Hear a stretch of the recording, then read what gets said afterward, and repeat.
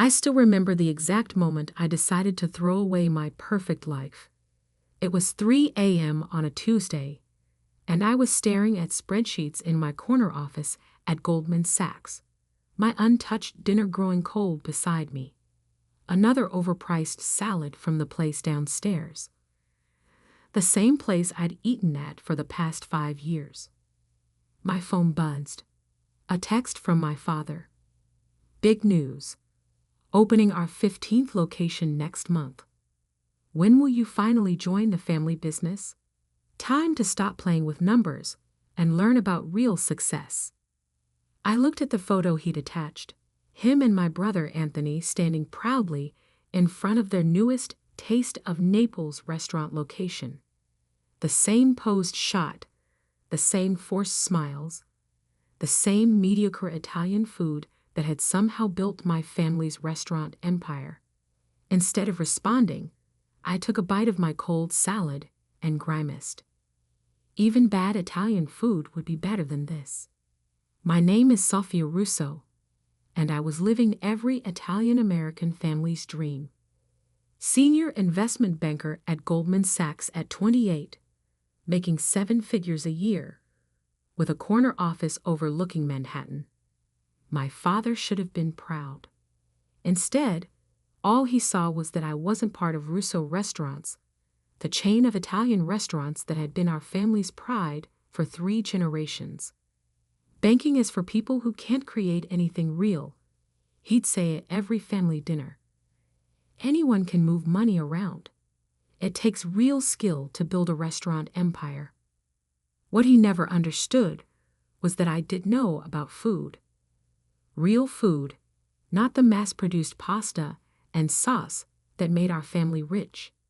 Every vacation day I had, I spent traveling, eating at tiny local restaurants, learning about authentic cuisine. My apartment was filled with cookbooks, not finance textbooks, and every night I dreamed about cooking, not banking. But you don't walk away from Goldman Sachs, and you definitely don't walk away from it to start a food truck. At least, that's what everyone told me. That night, something inside me snapped. Maybe it was the cold salad, maybe it was my father's text, or maybe it was just time. I opened my laptop and started writing my resignation letter. The next morning, I walked into my boss's office before the markets opened. "You're what?" Jake stared at me like I'd grown a second head. "Sophia, you're on track for partner. 2 more years tops." I placed my resignation letter on his desk. "I'm opening a food truck." He started laughing, then stopped when he saw my face. "You're serious? You want to leave Goldman Sachs to sell hot dogs?" Not hot dogs, real Italian food. The kind my grandmother used to make before my father turned our family recipes into frozen pasta sauce. Jake leaned back in his chair, running a hand through his graying hair. "Look, if this is about money, it's not about money." I cut him off. "It's about creating something real." As I walked out of his office, my phone started buzzing. News travels fast on Wall Street, and by the time I reached my apartment, my father was already calling. "Have you lost your mind?" His voice boomed through the speaker. "I just got a call from Arthur Goldman himself. A food truck? You're throwing your life away." I let him rant, walking into my kitchen where my grandmother's handwritten recipe book sat on the counter. I'd spent years collecting her recipes, testing them in secret, perfecting them while my family thought I was working late at the office. "Are you even listening to me?" my father demanded. "Yes, Papa, I hear you. But for once, I need you to hear me." I opened the recipe book to her signature dish, pasta alla nonna, made with a sauce that took 3 days to prepare. I'm not throwing my life away. I'm choosing my own path. By becoming a street vendor? Your brother runs 5 restaurants by himself. We have 15 locations. We're opening 3 more this year. That's success. No, That's mass production. When was the last time you actually cooked anything, Papa? When was the last time you made Nana's recipes the way she taught us? Silence. Then, times change. You can't make money cooking one pot of sauce at a time. Watch me. I hung up and opened my laptop. 5 years at Goldman had taught me more than just finance. I knew how to plan, how to analyze markets, how to build something from nothing. I'd helped launch million-dollar companies with less planning than I was putting into my food truck. First step, I emptied my savings account. $200,000, enough to buy a top-of-the-line food truck and have operating capital for a year. Next, I pulled up the business plan I'd been working on in secret for months. Nana's Kitchen. Authentic Italian street food, made fresh daily, using recipes that hadn't been changed for mass production. My phone kept ringing. My brother Anthony, my mother, my aunts and uncles. Everyone had an opinion about my mental breakdown. I ignored them all and started making calls of my own. By sunset, I'd found the perfect truck, a barely used kitchen on wheels that I could customize. By midnight, I'd secured all the necessary permits and licenses, and by dawn, I'd mapped out every food truck location in Manhattan, analyzing foot traffic patterns, lunch crowds, and competition. 1 week later, I stood in front of my shiny new food truck, now painted in deep red with Nana's Kitchen written in gold script. Inside was a fully equipped kitchen, better than what most restaurants had. My grandmother's recipe book sat on the counter, ready to guide me. "You're really doing this?" I turned to find my mother standing there, looking worried. She was holding a container of what smelled like my father's mass-produced marinara sauce. "I thought you might need this," she said, holding out the container. "For emergencies." I shook my head. "No emergencies, Mama. Only real food." I opened my grandmother's recipe book. Remember how Nana used to spend 3 days making her sauce? How the whole house would smell like basil and garlic? That was before we had 15 restaurants to run. She sighed. "Safia, your father built an empire by taking Nana's recipes and turning them into fast food." I started preparing for my first day, laying out fresh ingredients I had bought at dawn from local markets. He built what he wanted. Now it's my turn. She left without another word, taking her container of sauce with her. I watched her walk away, then turned back to my preparations. My first customers would be arriving in 2 hours. I'd love to say my first day was a tremendous success, that people lined up around the block for my authentic Italian food. The reality? I served exactly 12 customers, made $157, and had enough leftover food to feed an army. But those 12 customers, they came back the next day, and they told their friends. By the end of the first week, I had a small but loyal following. Office workers who were tired of the same chain restaurant lunches.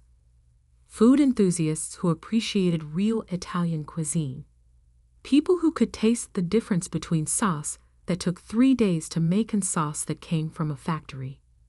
My father kept tabs on me through others, never visiting himself, but always asking about my little experiment. My brother Anthony drove by once, smirking when he saw me working alone in my truck. "Have fun playing chef," he called out.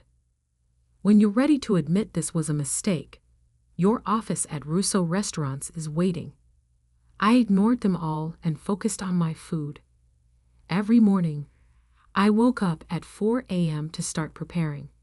Every ingredient was fresh, every dish made to order. My customers didn't just get food. They got stories about the recipes, about my grandmother, about real Italian cooking. 3 months in, something unexpected happened. A food blogger discovered me. Her review went viral. Forget everything you know about Italian food trucks. Forget everything you know about Italian restaurants. Nonna's Kitchen is serving the most authentic Italian food in New York, and they're doing it from a truck. The next day, the line stretched around the block. I sold out by 1 p.m. Then came the write-up in the New York Times food section. Then Eater. Then Bon Appetit. Suddenly, my little experiment wasn't so little anymore. I needed help. I hired 2 assistants, then 4. I added a second truck, then a third, each one serving the same authentic recipes made fresh every day. 1 year after leaving Goldman Sachs, I had a fleet of 5 trucks and a central kitchen where we prepared our sauces and fresh pasta. My revenue was approaching $2 million annually, small compared to Russo restaurants, but every dollar earned without compromising quality. I was working harder than I ever had at Goldman, putting in 16-hour days, but for the first time in my life, I was creating something real, something that would have made my grandmother proud. Then came the day that changed everything. I was working in one of my trucks when I overheard 2 customers talking about Russo restaurants, about how the quality had gone down, about how the newest locations were struggling, about rumors of financial troubles. That night, I did what any good investment banker would do. I started digging. What I found confirmed the rumors. Russo Restaurants was expanding too fast, taking on too much debt. Their mass-produced approach was failing as customers demanded better quality. Their once mighty empire was crumbling. My father didn't know it yet, but his dream of 15 locations was about to become a nightmare. And I had a decision to make. I could watch my family's legacy crumble, or I could save it, on my terms. What I did next would change not just my family's restaurant empire, but the entire way we thought about food, family, and success. But first, I had a sauce to prepare. After all, the best revenge, like the best sauce, takes time to develop, and I had all the time in the world. The numbers didn't lie. Russo Restaurants was in serious trouble. Sitting in my small office above our central kitchen, surrounded by the aroma of slowly simmering sauce, I reviewed the financial reports I'd gathered. The empire my father had built was drowning in debt, bleeding customers, and running out of time. 5 new locations opened in the past year, each one performing worse than the last. Food costs skyrocketing because of their bulk buying contracts, customer satisfaction scores plummeting, and worst of all, a $50 million loan coming due in 6 months that they couldn't possibly pay. My phone buzzed. A text from Anthony. "Hey sis, how's the food truck life? Still playing chef?" I looked at the expansion plans spread across my desk, not just plans for more trucks, but for something bigger. Something that would change everything. Actually, I typed back, "I'm thinking about expanding. Want to get coffee?" We met at a small Italian cafe, not one of our family's restaurants. Anthony showed up in his designer suit, reeking of expensive cologne and desperation. He didn't know I could smell the fear on him. So, he smirked, stirring his cappuccino, finally ready to admit this food truck thing was a phase. "Your office is still empty." I took a sip of my espresso, properly made, unlike the automated machines in his restaurants. "Actually, I want to talk about Russo Restaurants. Specifically, about the Bronx location's 42% drop in revenue last quarter." His cup clattered against the saucer. "How did you? Or the 3 health code violations at the Brooklyn location? Or maybe the $50 million loan that's coming due?" I pulled out a folder. "I may have left Wall Street, Anthony, but I didn't forget how to read financial statements. You've been spying on us? Public records, brother. Amazing what you can find when you know where to look. I leaned forward. You're in trouble. Big trouble. He deflated slightly, his arrogance cracking. Papa says we can handle it. We just need to cut costs, maybe close a few locations. You need $50 million in 6 months, and your credit is maxed out. Cost cutting won't save you. I opened the folder, sliding over a proposal I'd spent weeks preparing. But I can. You? He laughed, but it sounded hollow. With what? Food truck money. With Nana's legacy fund. His laughter stopped. Never heard of it. You wouldn't have. I created it 3 months ago, using my Goldman Sachs connections. It's a private investment firm specializing in restaurant turnarounds.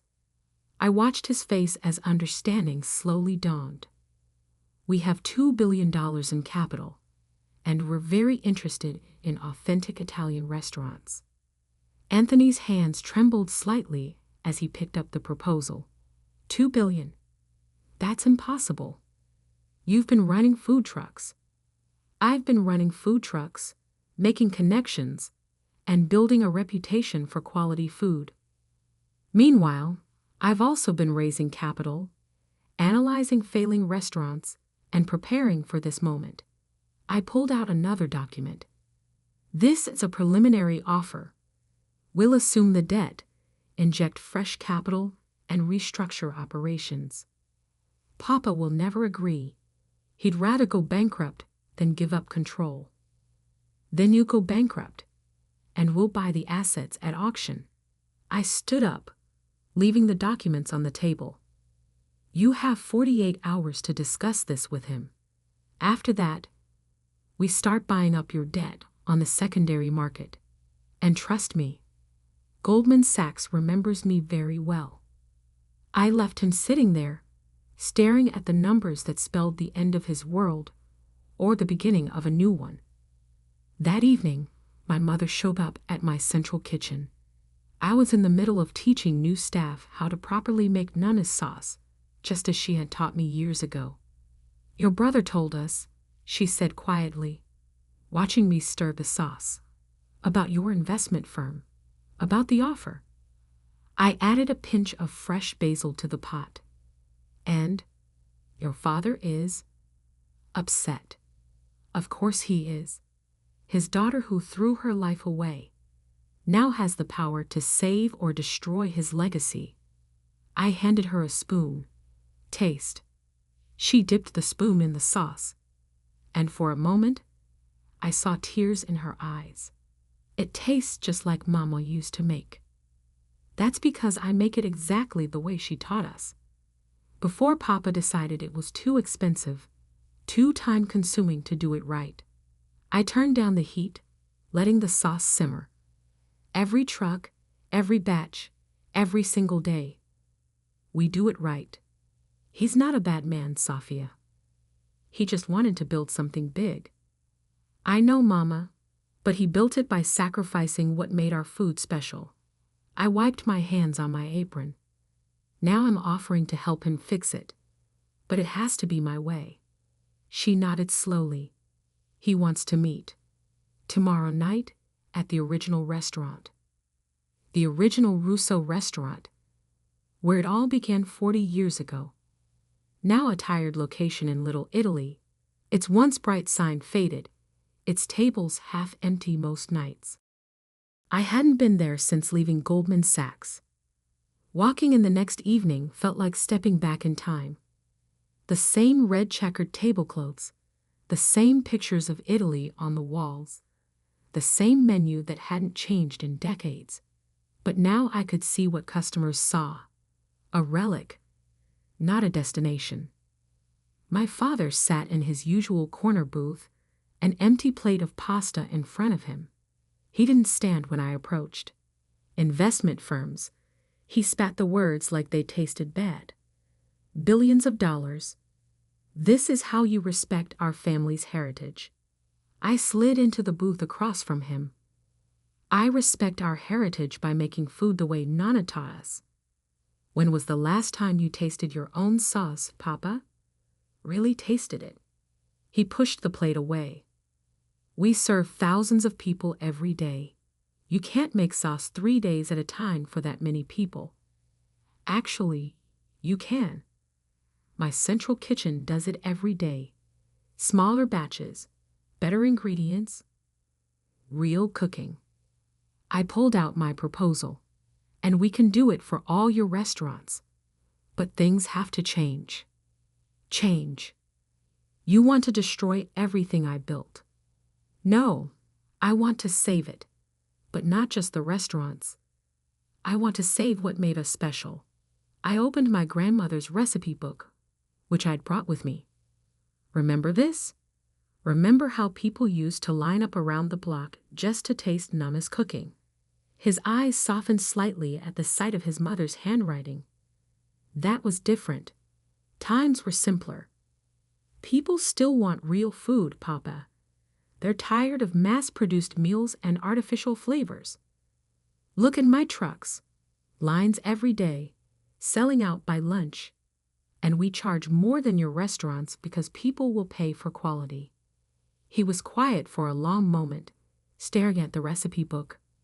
The loan, he finally said, comes due in 6 months. You've tried every bank in the city.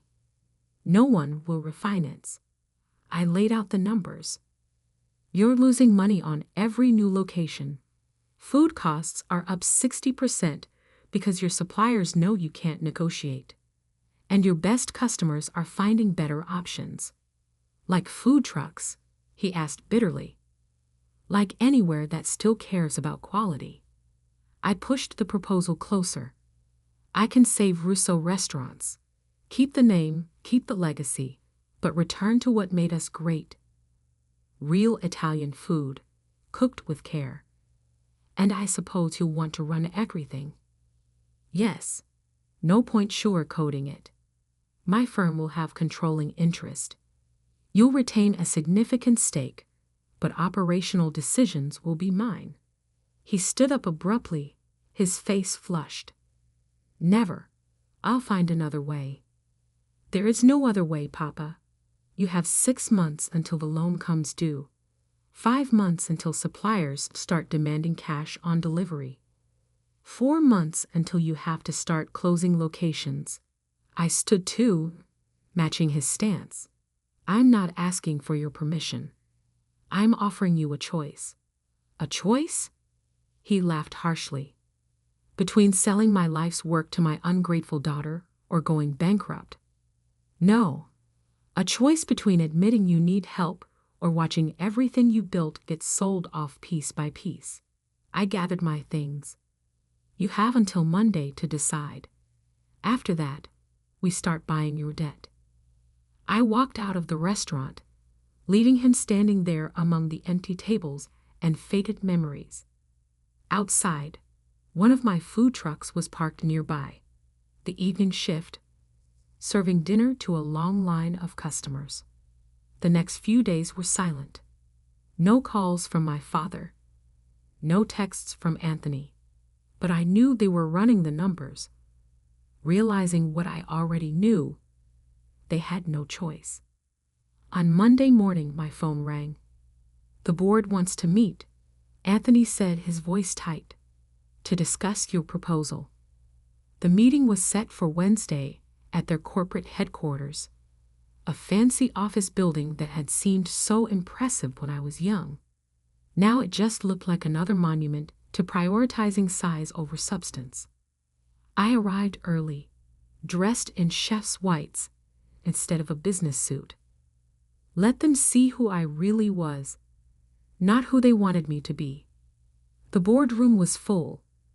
My father, Anthony, the other executives who had helped build and nearly destroy our family's legacy.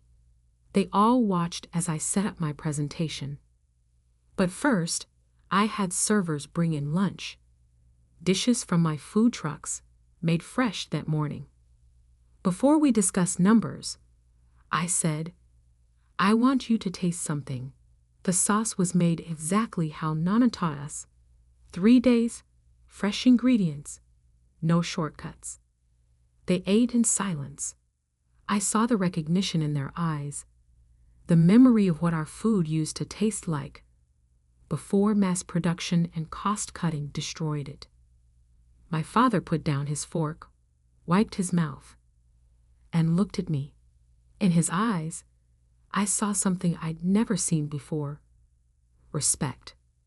Now, I said, pulling up the first slide of my presentation, let's talk about how we save Russo restaurants.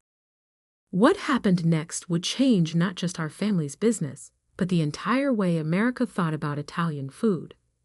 But that's not where the story ends. Because sometimes saving something means completely rebuilding it. And I was just getting started. The transformation of Russo restaurants began at 4 a.m. on a Monday morning, 3 weeks after the board meeting. I stood in the kitchen of our original location, surrounded by my best food truck chefs and a very skeptical kitchen staff. Today, I announced, holding up my grandmother's recipe book, we learned to cook again. The executive chef, who'd been running this kitchen for 20 years, crossed his arms. We know how to cook. No, I corrected him gently. You know how to heat up pre-made sauce and boil factory pasta. Today you learn to make real Italian food. Over the next 12 hours, we made sauce the way Nana had taught me. Fresh tomatoes, not canned. Herbs picked that morning. Slow cooked, stirred by hand, tasted every hour. The kitchen staff watched, skeptical at first, then increasingly interested as the aroma filled the air. By dinner service, we had 1 batch of real sauce ready. I made an announcement to the dining room. Tonight, we're offering a special, pasta alla nonna, made from my grandmother's original recipe. Same price as our regular pasta, but limited quantity. We sold out in 2 hours. The next day, the line stretched around the block. But this was just one restaurant. We had 14 others to fix and a mountain of debt to deal with. My father, surprisingly, became my strongest ally. After that first night, after seeing customers' reactions to real food, something changed in him. He started coming to the kitchen early, watching us cook, even rolling up his sleeves to help.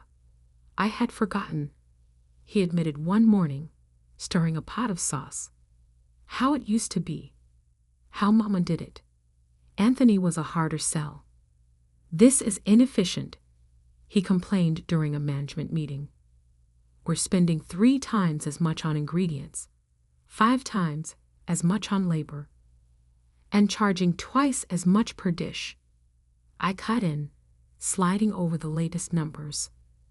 With full dining rooms and lines out the door, the transformation wasn't easy. We closed 3 underperforming locations, converted 2 others into training centers. I brought in my food truck teams to train restaurant staff, teaching them not just recipes, but the philosophy behind real Italian cooking. Every location got a complete makeover. Out went the checkered tablecloths and cheap wine glasses. In came elegant simplicity, open kitchens where customers could watch their food being made, wine lists curated by actual sommeliers.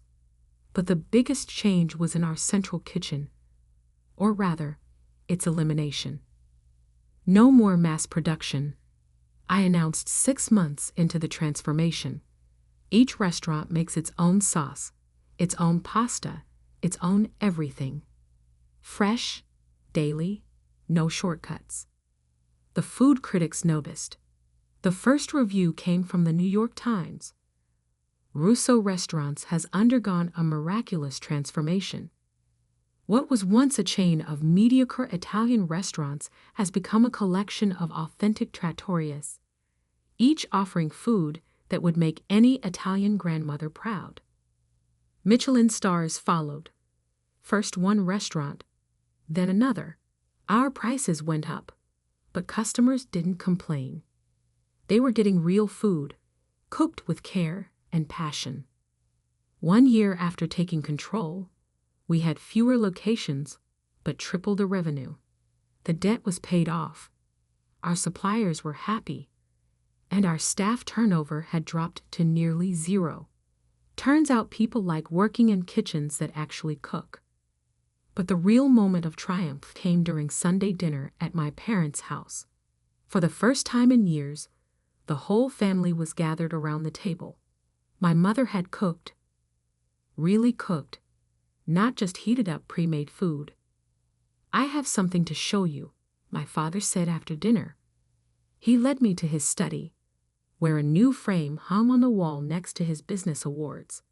Inside was a food truck permit, my original one, from when I first started. "I was wrong," he said quietly, "about everything, about you." I hugged him, smelling the familiar scent of garlic and basil that now clung to his clothes just like it had clung to Nana's. "We were both right, Papa. You built something big. I just helped make it good again." 2 years after the takeover, Russo Restaurants had become Russo and Daughter, my condition for the final rebranding. We had 10 locations, each one unique, each one excellent. The waiting list for dinner reservations was months long. My food trucks? Still running, still popular. I kept them as our research and development kitchens, testing new recipes, training new chefs, keeping us connected to the streets where real food culture lives.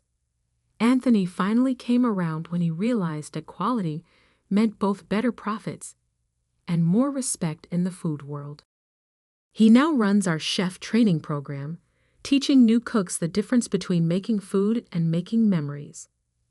Last month, a young chef from our newest location asked me why we spend so much time and money doing things the hard way.